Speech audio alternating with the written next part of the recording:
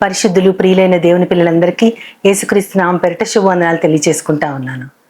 యెహోవా మా కాపరి, యేసయ్య మా ఊపిరి, మాకు లేనిదే లేదు, లేమి కలుగదు.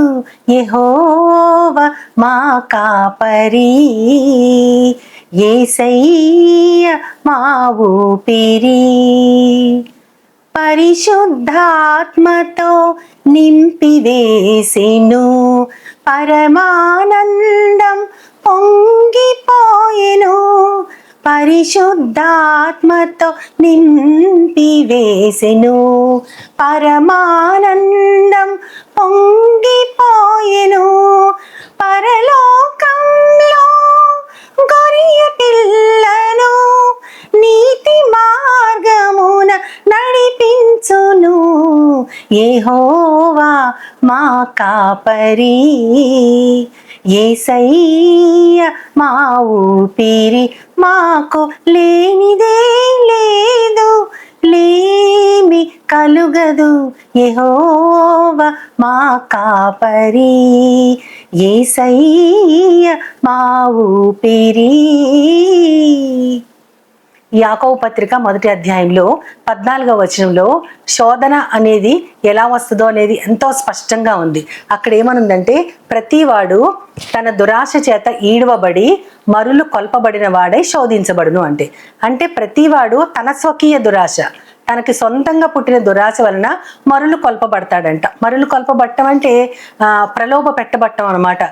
పదే పదే ఆ దురాశ వలన మనకి ప్రలోభాలు కల్పించబడటమే మరులు కొల్పబట్టం.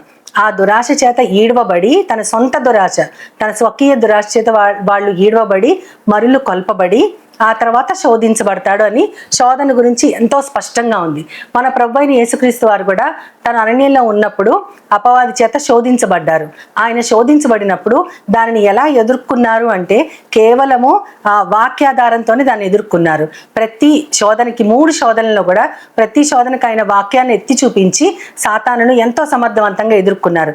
అదేవిధంగా శిష్యులకి ఆయన పరలోక ప్రార్థన చెప్పినప్పుడు కూడా మత్తయి సువార్త 6వ అధ్యాయము 13వ వచనంలో ఉంటుంది, మమ్మల్ని శోధనలోకి తేక దుష్టుని నుండి తప్పించుము అని ఉంటుంది. ఆయన స్వయంగా చెప్పారు, దుష్టుని నుండి తప్పించుకోవడానికి, శోధనలో పడకుండా ఉండటానికి యేసుక్రీస్తు వారు చిన్న ప్రార్థన నేర్పించారు. సో ప్రార్థనతో మనం శోధనను ఎదుర్కోవచ్చు. అంత మాత్రమే కాకుండా అందరం కలిసి ప్రార్థన చేసినా సరే శోధనను ఎదుర్కోవచ్చు. ఆయన తాను గెత్సెమనే వనంలో ప్రార్థించడానికి మరుసటి దినాల్లో సిలువ మీదకి వెళ్ళబోతున్నారు కాబట్టి శిష్యులతో చెప్తారు, మీరు మెలకుగా ఉండి శోధనలో పడకూడదని ప్రార్థన చేయండి, ఎందుకంటే ఆత్మ సిద్ధమే కానీ శరీరం బలహీనం కదా అని. ఎందుకంటే శిష్యులు వాళ్ళు నిద్ర కాగలేక నిద్రపోతా ఉన్నప్పుడు దేవుడు చెప్తారు, మీరు మెలకుగా ఉండి ప్రార్థన చేయండి, ఎందుకంటే మీరు శోధనలోకి ఏడవబడబోతున్నారని చెప్తారు. ఆ తర్వాత పేతురు ఏ విధంగా 3 సార్లు దేవుడు తెలియదు, తనకు యేసుక్రీస్తు వారు తెలియదని ఏ విధంగా బొంకారో కూడా అటువంటి గొప్ప శోధనలో ఆయన పడిపోవడం మనం చూస్తాం. కాబట్టి ప్రార్థనతో మనము శోధన జయించవచ్చు అని యేసుక్రీస్తు వారు చెప్పారు. లూకాసు వార్తలో ఆయన విత్తువాని ఉపమానం గురించి చెప్తారు.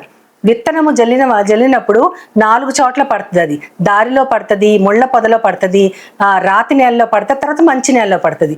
అందులో రాతి నేలలో చూస్తే మనం అక్కడ చిన్నగా విత్తనం మొలుస్తుంది, కానీ అక్కడ వేరు లేకుండా ఉన్నందువలన ఎండ రాగానే అది మాడిపోతుంది అని అంటారు.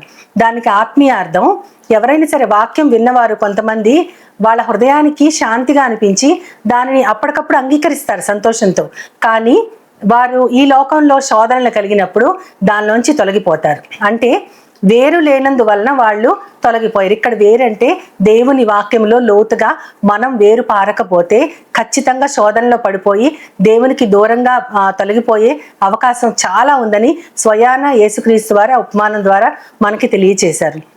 ఇక మనం పౌలు గారి దగ్గరికి వస్తే ఆయన కొరింథీయులకు రాసిన 1వ పత్రిక 10వ అధ్యాయం 13వ వచనంలో ఎంతో స్పష్టంగా చెప్తారు. శోధన ఎలా తప్పించుకోవచ్చో కూడా చెప్తారు. ఎందుకంటే ఆ శోధనను తప్పించుకునేటప్పుడు దేవుడు ఎక్కువగా మనల్ని శోధించడానికి ఆయన శోధన మనకు వచ్చినప్పుడు దానిని తప్పించుకోవడానికి ఆయన ఒక మార్గాన్ని చూపించడం మాత్రమే కాదు, సహించగలగటానికి ఆయన శోధనతో పాటు ఒక ఉపాయాన్ని కూడా మనకి ఇస్తారని చెప్తారు. నిజమే, మనకు శోధన వచ్చినప్పుడు దేవుడు నమ్మతగిన వాడు కాబట్టి ఆయన ఆ శోధనకి ఎక్కువగా మనల్ని నిలువనివ్వడు, ఎక్కువగా మనం శోధింపబడనీయడు. శోధన మనకి లోకంలోంచే వస్తుంది, మన శరీరంలోంచే మొదలవుతుంది, కానీ మనల్ని శోధింపబడనీయడాన్ని, ఎందుకంటే ఎక్కువగా మనం సహించుకోలేము. దానితో పాటు అందులోంచి తప్పించుకోగల ఉపాయాన్ని కూడా దేవుడు మనకి ఇస్తాడు. ఇంగ్లీష్ బైబిల్లో అయితే అది టెస్ట్ అని ఉంటుంది. అదే యాకోబు పత్రికలో ఆ 1వ అధ్యాయంలో ఉన్న 12వ వచనంలో శోధన తప్పించుకునేవాడు దేవుడు తన్ను ప్రేమించు వారికి వాగ్దానము చేసిన జీవ కిరీటాన్ని పొందుతాడని. ఇంగ్లీష్ బైబిల్ ఎంతో చక్కగా ఉంటుంది. టెస్ట్ అండ్ ట్రయల్ చాలా ఉంటాయి కదా, మనకి ఏదైనా సరే ఒక ఆయింట్మెంట్ కానీ ఏదైనా మందు కానీ ఇచ్చినప్పుడు టెస్ట్ అండ్ ట్రయల్గా దాన్ని కొన్ని జీవాల మీద వాడుతూ ఉంటారు ముందుగా మెడిసిన్స్ ఇచ్చినప్పుడు.